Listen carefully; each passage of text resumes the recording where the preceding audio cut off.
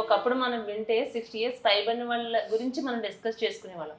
అట్లాంటిది after Covid తర్వాత 20-30 years అంటే అది ఎంత ఎలాంటి ఏజ్ అండి? ఎంత స్ట్రాంగ్ ఏజ్ అది? సో సిమిలర్ థింగ్ మీరు జిమ్‌కి వెళ్ళిన వర్కౌట్ చేసినప్పుడు హార్ట్ అటాక్ తోటి ఆర్ యెస్. ఇట్లాగా చనిపోతున్నారు కదా! చూస్తున్నాం. సేమ్ అట్లాంటిదే హిప్ జాయింట్‌లో కూడా అవుతుంది. ఆర్ వేరే జాయింట్స్‌లో కూడా ఇట్లాంటివి అవుతూనే ఉన్నాయి. సో కోవిడ్ అయ్యాక వాళ్ళకి రక్తంలో చిక్కదనం ఎక్కువైపోతూ ఉంటుంది. విస్కోసిటీ ఎక్కువ అవ్వడం. సో సరఫరా అనేది స్మూత్‌గా అవ్వదు. సో చిక్కగా అయిపోవడం వల్ల రక్తనాళాలు అనేవి బ్లాక్ అయిపోతున్నాయి. సో ముందున్న జాయింట్‌లో ఉన్న బోన్స్ కానీ, లిగమెంట్స్‌కి రక్త సరఫరా అందక అవన్నీ వాస్కులర్ అవుతూ ఉన్నాయి. అంటే లోపల టిష్యూస్ అనేది డ్యామేజ్ అవ్వడం. దీనివల్ల పెయిన్ ఎక్కువ అవ్వడం. సో ఇవే కాకుండా క్రాంప్స్ రావడము, మయాల్జియాస్ కారణం లేకుండానే బాడీ పెయిన్స్ రావడం, చిన్న చిన్న పనులకే అలసిపోవడం.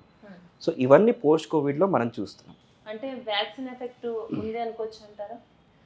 ఇంకా దానికి 100% చెప్పలేము. Brain stroke or heart attack వస్తుందని ప్రూఫ్ అయితే ఉంది. బట్ బాడీ పెయిన్ సంబంధించి మనకు సైంటిఫిక్ ఎవిడెన్స్ రావాలి. బట్ నా ప్రాక్టీస్‌లో అయితే ఆల్మోస్ట్ ఎవ్రీ డే ఒక హిప్ జాయింట్ పెయిన్ అయితే చూస్తున్నాం. That to post Covid infection ఉన్న వాళ్ళకి ఎక్కువ చూస్తున్నాం. దాన్ని వ్యాక్సిన్. అంటే మనం ఏదైనా ఒక ప్రాబ్లమ్ మనకి అటాక్ అవుతుంది అనేది మనం ముందుగా గ్రహించడానికి కూడా అవకాశం లేకుండా సడన్లీ వస్తున్నాయి. Yes. మీరు చెప్పిన విధంగా చూసుకుంటే జిమ్ వర్కౌట్స్ చేస్తున్నప్పుడు సడన్లీ హార్ట్ అటాక్ రావడం, మనం కొంతమంది సెలబ్రిటీస్ విషయంలో కూడా మనం ఇది చూసామండి. అంటే దీన్ని మనం ముందుగానే గుర్తించలేమా? ఏం సింటమ్స్ ఏమి ఉండవంటారా? అంటే మనకి గుర్తించడానికి ఆ ఏజ్‌కి సంబంధించి టెస్ట్‌లు చేయలేం. అంటే 50 ఇయర్స్ అయిందనుకోండి వాళ్ళకి ప్రొఫైలాక్టిక్ టెస్ట్ వల్ల, డయాగ్నోస్టిక్ టెస్ట్ వల్ల గానీ, లైక్ 2D ఈకో అని ఉంటుంది, స్ట్రెస్ టెస్ట్ ఉంటుంది, థ్రెడ్‌మిల్ టెస్ట్. వీటిలో మనకి ఈజీగా తెలిసిపోతుంది. ఓకే. అండ్ వీటితో పాటు వాళ్ళకి వర్క్‌కి అండ్ తీసుకునే చేసే పనులకి మ్యాచ్ అవ్వాలి. అంటే హార్ట్‌కి తట్టుకునే కంట ఎక్కువ స్ట్రెయిన్ ఒత్తిడి పట్టామనుకోండి, సో ఆటోమేటిక్‌గా వాళ్ళకి హార్ట్ అటాక్ వచ్చే ఆస్కారం ఉంటుంది. ఓకే. ఓకే. డాక్టర్ గారు చెప్పండి.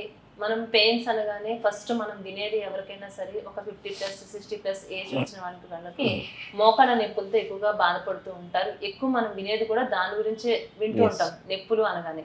అసలు ఈ మోకాళ్ళ నొప్పులని ఎందువల్ల వస్తాయి? ఏజ్ వల్ల వస్తాయా? లేకుంటే వంశపారంపర్యంగా వస్తాయా? దేనివల్ల అసలు మోకాళ్ళ నొప్పులు వస్తుంటాయి? సో మోకాళ్ళ నొప్పి అనేది చాలా సాధారణంగానే వస్తూనే ఉంటుంది. బట్ మనకి పేషెంట్ ఏజ్ ఏంటి? యంగ్ ఏజా? ఓల్డ్ ఏజా? ఓల్డ్ ఏజ్ అంటే వాళ్ళకి వయసురీత్యా వచ్చిన మోకాళ్ళ జాయింట్‌లో గుజ్జు అరుగుదల వల్ల వచ్చే ఆస్టియో ఆర్థరైటిస్ అంటాం. అదే ఎర్లీ ఆన్సెట్ వచ్చిందనుకోండి వాళ్ళకేమన్నా ఇన్‌ఫ్లమేటరీ మీడియేటెడ్ వల్ల పెయిన్ వచ్చింది. అంటే జాయింట్‌లో వాపు వల్ల గానీ, జాయింట్‌లో ఏమైనా డ్యామేజ్ అయిందా? దెబ్బ తగలడం వల్ల అయిందా? స్పోర్ట్స్ ఇంజ్యూరీ వల్ల అయిందా?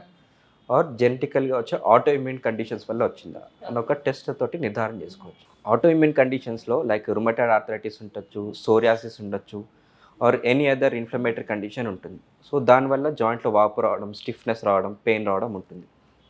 అదే పెద్దవాళ్ళని అనుకోండి జాయింట్‌లో కార్టిలేజ్ ఏరడం వల్ల అట్లా ఉంటుంది. కొంతమందికి ఎస్పెషల్ ఫీమేల్స్‌లో మోకాళ్ళ మీద కూర్చొని వాళ్ళకి తుడవడము, ఎక్కువసేపు నుంచోవడము ఆర్ చిన్న చిన్న దెబ్బలు తగలడం ఉంటాయి. సో వాళ్ళకి లోపల చెడు నీరు జరుగుతూ ఉంటుంది. దాన్ని బర్సైటిస్ అంటాం.